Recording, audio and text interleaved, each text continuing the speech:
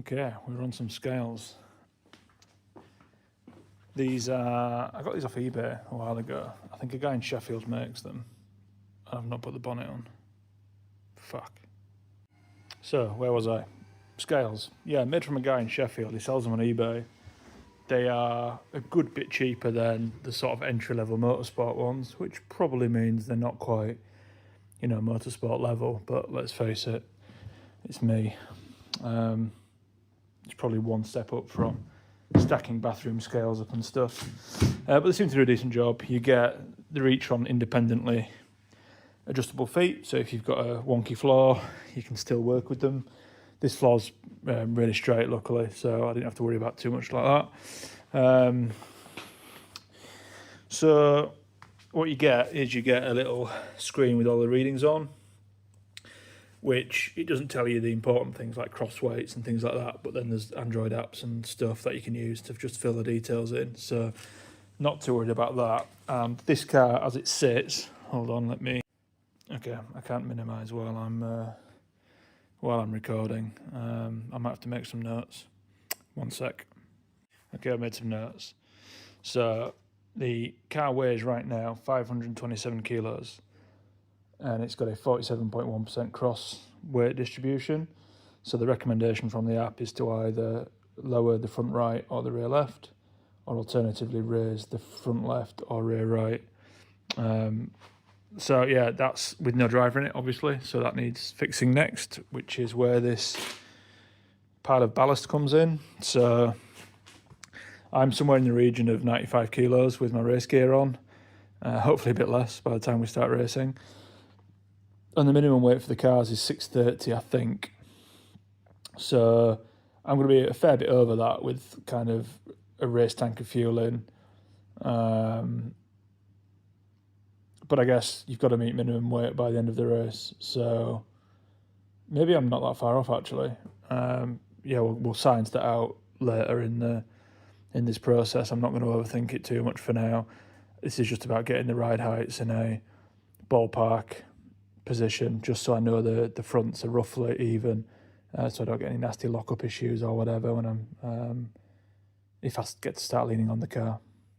And we now have a kind of Kyle-shaped ballast in there, which brings us to 626 kilos, so 4 kilos under. But again, there's almost no fuel in this car right now. And a cross weight of 47.9%. So yeah, I think I need to now get it off the scales. Measure the ride heights, just figure out where we are, and then I'll make some adjustments to see if I can get that a little bit closer before I put the car into the trailer. Okay, the car's back on its wheels, as you can see.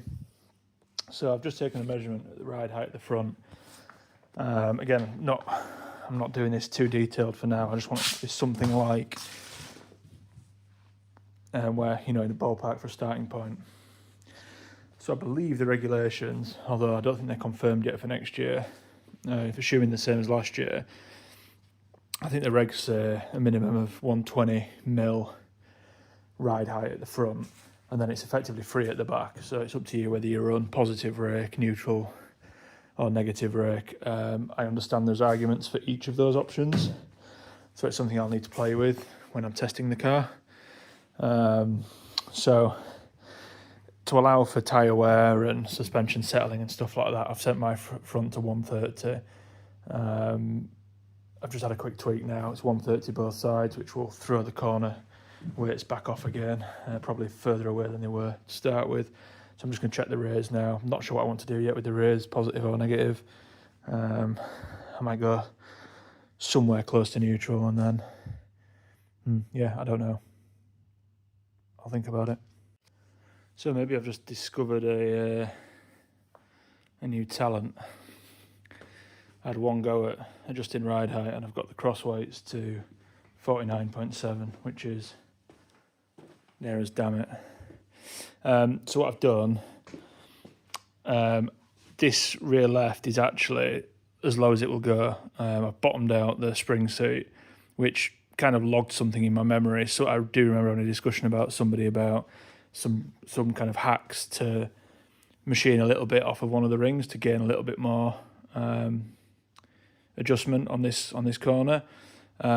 So it is still running positive rake. So the rear of the car is slightly higher than the front. The only way I would get negative rake, I think, is to run the front much higher than the minimum. So I can still play with it from a balance point of view, but I guess it's suboptimal because you're raising the centre of gravity and things like that. So I guess if I wanted to run negative rake, I'm going to have to look at machining down this corner to be able to get that lower. But yeah, pretty close enough that I'd be happy to take this on a racetrack, I think, now. The cambers, by the way, I've not talked about camber at all. The rears are as they are, really.